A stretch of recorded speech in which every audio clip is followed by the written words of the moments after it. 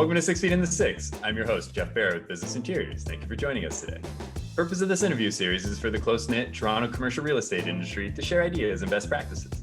Joining us today is Mona Elali, Senior Director, Corporate Real Estate and Facilities Management at OLG. Mona, thank you for joining us today. Thanks for having me, Jeff. Can you tell the viewers a little bit about yourself? I am an architect, but I have been focused on facilities management for over 10 years now. And I currently work for OLG. I manage a portfolio of corporate real estate of a variety of buildings and functions across the province. Personally, how are you managing? Doing well, actually. I mean, as well as you can in a pandemic, which is sort of a new experience, and making the best of it, personally and professionally. Can you show me what face masks you've been rocking? That's a good question. I don't have a favorite face mask. I think we should all wear them, but we don't have to like them. That's so true. And just so everyone knows, we're at the beginning of July here, and our phase 3 in Ontario is upon us, and hopefully the mask will be reduced at that point. Yeah, hopefully we don't have to wear it much longer, and it's looking hopeful. I'm being positive. Can you tell me one thing personally you've had to do while in isolation that you haven't had to do before? I think I can say there's a lot of focus now, and I can speak for a lot of people on, life outside of work and the whole question of life-work balance, which we always talk about, but now we've put it to the test. So I would say, finding time as possible to do things outside of work. I have been doing a lot of artwork to spend time, the alternate to socializing. I am working on my private pilot license, which is very exciting, and I'm looking forward to completing that. So yeah, a couple of things that, again, sort of the silver lining of the pandemic and the ability to take social time and do something alternative with it while we wait to go back to normal. So Mona, in a new segment on the show, we take a deep dive on our guests' LinkedIn accounts and look for posts that need more context. I noticed last year you made a post about your sister's company in Toronto. It looks like they run a cookie dough company, which might be one of my favorite snacks. So what can you tell us about this? Well, I'm a huge fan of my sisters and a big supporter of all their business initiatives. I have 5 sisters, so we're all very active and very creative and support each other in that way. They are very sort of creative, business-minded, and launched this product, sort of a very nostalgic product that was never safe to eat because you shouldn't be eating raw cookie dough. So they kind of found a way to make that accessible and fun, and their branding kind of makes it fun too. They're very engaged in it, and their passion shows through. And it looks like Uber Eats will deliver the cookie dough directly to your home. Yeah, they did that as a promo for a while, and now they do direct delivery. They're in some supermarkets, and yeah, if you look them up, you'll see where to buy their product. And my fridge is fully stocked. That's the advantage of having sisters that do this kind of thing. Well, we'll put the link to their website in the description for the video. Thank you, appreciate it. Can you tell me about your book of business and how it was affected by COVID-19? It's a great question. I've been working for OLG for 3 years now. I've learned a lot about the organization's, sort of keen interest in the employee experience. And it's been a conversation for a while. I feel like the pandemic has kind of accelerated that a little bit, and with focus on that area. I think the whole industry is, having that conversation right now.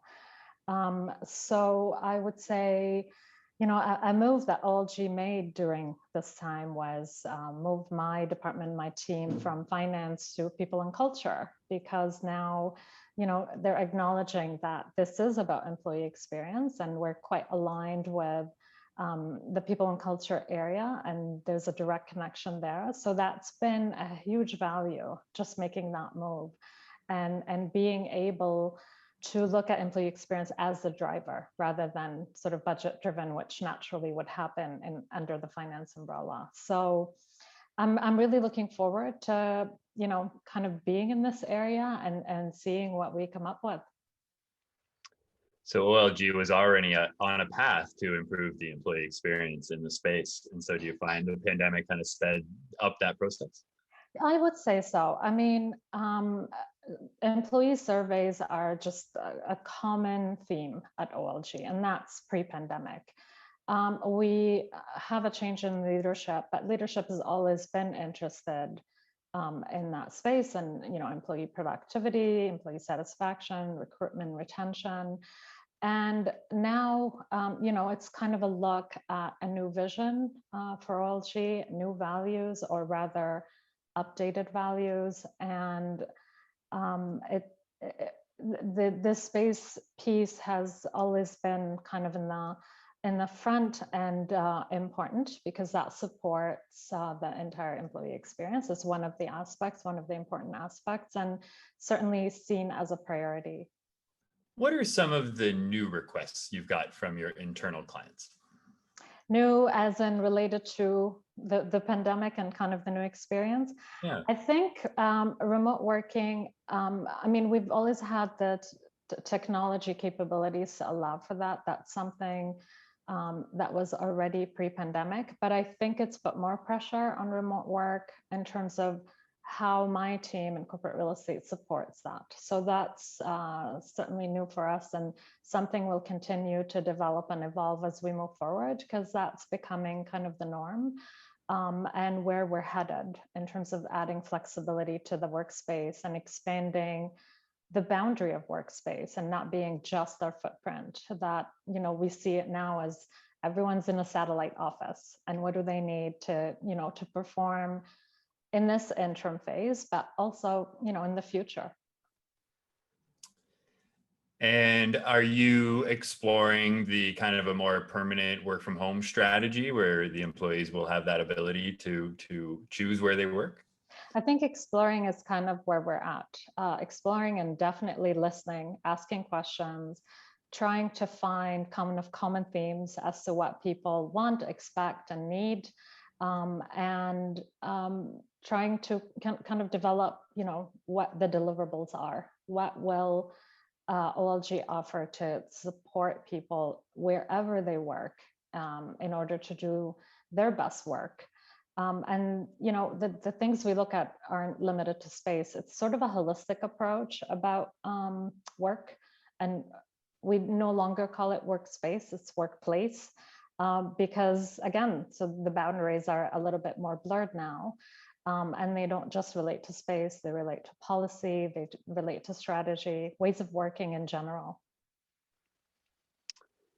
What's the general vibe with the employees right now with September on the horizon? Are people excited to get back? I find most organizations, it's pretty mixed across the board, and it's hard to draw any conclusions. I would say we're mixed as well. And I mean, I said, like, we're asking questions, we're listening. So there's such a variety of scenarios. There are people who are excited to come back to the office, and people are enjoying where they're at now. And I think, a balanced approach is the best approach, is trying to find how to do that for employees and still maintain what I call the connection to the mothership. Because we know when we work from home, obviously there are lots of conveniences attached to that. But, there are factors that I always like to talk about in terms of what it means to be in the office. And I think we're finding that we're highlighting those values. What does it mean to be in the office? And trying to kind of, I guess, focus on those areas and enhance them. What I think is a real challenge for someone like yourself in the task in front of you is, you mentioned surveys a couple times. Come September, the survey results could be very different than what you've been receiving, right? Now that children are going back to school and we're finally going to start, realizing what our new reality is, it's like people with children or caregivers haven't experienced work from home yet, Yeah, right? and I think that's been our experience with the surveys. We certainly have the benchmark pre-pandemic with the surveys in terms of employee satisfaction and needs.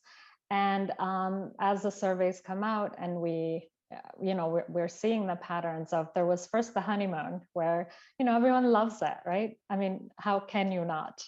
And then you start to see slight differences in the responses. People miss the social element of being at work, collaborating in the same space as their colleagues. So it is starting to shift slightly, I would say.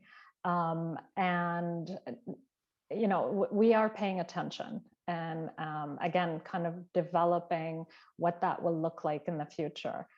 So, and it's great to look at the various personas. We're very, very focused on that, recognizing that not everyone has the same needs, not everyone is in the same context, and trying to kind of follow the a day in the life of the variety of these personas, and figuring out how we can address these various needs. There isn't a one solution fit all. I think we recognize that, and it's being realistic about that, and trying to address the common needs for sure, and accommodation needs when they come up.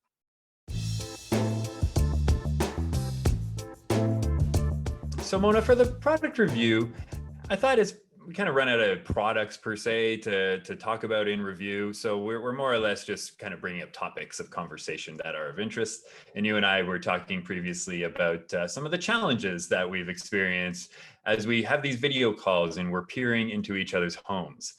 Early on in this interview series with Sandra Panera, when we were reviewing products, we did review the Buzzy Space screen that was designed to kind of work at home and shield your colleagues from being able to see potentially a disaster at home if you're a caregiver or looking after children. So I just wanted to get your thoughts on kind of this new HR challenge that was presented to us with all of these video calls, and how do you see kind of the future of these happening as well? Well, I think context is important. So, how formal are you? How formal is your organization? How comfortable are you with the kind of various degrees of privacy? And yes, there are products, there are screens that you can get, but what I enjoy the most is people's creativity with what they do with their product, with their rather background, whether it's a piece of artwork and or a white wall, whether it's they're comfortable with just being in their kitchen. That really also, their personality kind of comes out a little bit in that. But there's also, we've talked about the digital kind of backgrounds. And again, what people choose as their background, if it's not sort of a mandated corporate image. And sometimes it's promotional, whether it's something going on, a cause they believe in, and it starts a conversation. What's this background? What's this about? What is this cause? And all of a sudden, you're talking about some important things. You're learning something about that person or about a topic.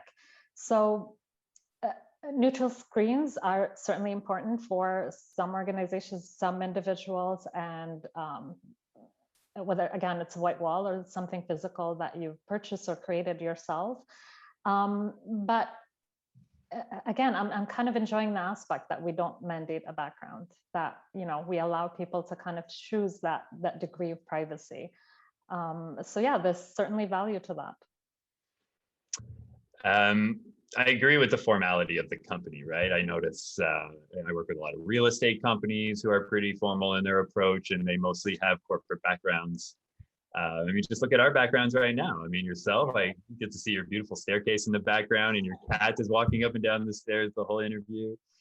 So it's like a nice peek into, the type of home that you live in, and the beautiful space that you have. For me, I'm in sales, right? And I need icebreakers. And so what you see here are kind of Herman Miller artifacts, because as you know, I represent Herman Miller. And so I've kind of used this background as an opportunity to break the ice on these sales presentations that I do. So, I mean, what are your thoughts on some of those choices out there?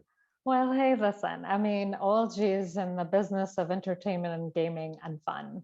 And so that's sort of the vibe. And certainly, we feel at ease and comfortable to have fun on a call. So a formal background wasn't necessary for us. Maybe, who knows, maybe it'll come in the future. But for now, I think we're enjoying that, having fun aspect. We've talked about your background before, and we've picked on some things that I recognize. And again, it's nice to kind of start, the conversation starters, so you don't jump into business right away. And it's sort of a nice to get to know people, and I think that's how we do business better, when we are at ease and comfortable people, know a little bit, and form connections with them. I think business follows. Good business follows. I find I am overly confident doing all of these meetings over Zoom because I have all of my comforts of home, right? I'm rarely wearing pants. I'm can adjust the temperature. I have all the drinks and food here that I need. Like, I'm at my most comfortable I've ever been in a business meeting, being behind this screen. And so I'm actually I think a lot about me getting back out there and having to do kind of physical presentations. We've had to do a handful during the pandemic, mostly showroom stuff. But I'll be curious how we've all gotten accustomed to this, and it's going to be a bit of a change management challenge to kind of get back into the physical space. Hey, listen, I mean, a lot of people are quite lucky that they're set up at home, or were able to quickly set up at home, but not everyone enjoys that advantage. Our homes, in terms of, footprint, nature of space, technology, furniture, are not set up to be an office, unless you've intentionally done that. And not everyone sort of has access to that kind of space or these tools. So I think the office is still important, as a business space that is set up with the right tools, the right amount of space, the right supporting functions and programs. And I think will still be needed by many. And many of those, are perched on the edge of their bed with a laptop, or have kids, around, and a lot of distractions. So working from home, like I said, of course, it's convenient, but it's important to recognize that in a lot of cases, it's been a Band-Aid solution and a temporary solution, and not necessarily sustainable. So, and we look at the industry and we see how everyone's reacted. Some completely eliminated the office, and, some have gone in the other direction, acquired more space. And this is where I always say, balanced approach is the best approach. Allow that function to continue to exist, redefine it, redefine what the office means, but don't bulldoze it just yet. Mona, is there anything else you want the Six to know about you or OLG? I think a lot of people want to know something about me and kind of the career I'm in, the work that I do. And the question that always comes up is, you're an architect. How is that different from working for a practice than working for a client? And I say I'm sort of the corporate insider. I'm the one who understands our client very intimately and can translate a lot of that and help work with vendors, help work with designers to kind of get to an ideal end state. But also the fact that, when you're working and making decisions and the project is done, you don't get to just walk away from it. You sort of live with the consequences of decisions you've made, but you also see it to life and kind of enjoy the full cycle aspect of it. I can't walk away from my client. I live with my client. So making sure, the client is happy and satisfied, and addressing, the project is never done. There's always the aftermath, there's always improvements. So it is really kind of about the full cycle, and seeing the spaces you helped create being used and how they're being used. There's huge learning in that space, and I enjoy it very much. And, as we move through our current projects, there's never been more a time where we're looking at change and positive change, and I get to see all that, and again, continue to watch people use spaces we create. It's very, very satisfying and rewarding. Well, thank you, Mona, for coming on the show and sharing your experiences with OLG. Keep up the good work. Thank you, Jeff. This has been fun. Toronto, you're the best city in the world, and we can't wait for you to feel better.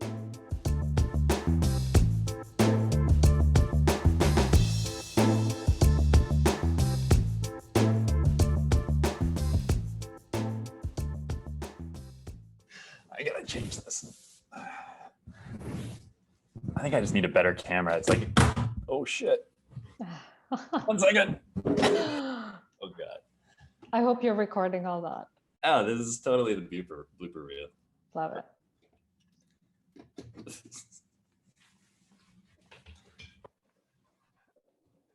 Unless you saw my track pants there, I may not want to show that.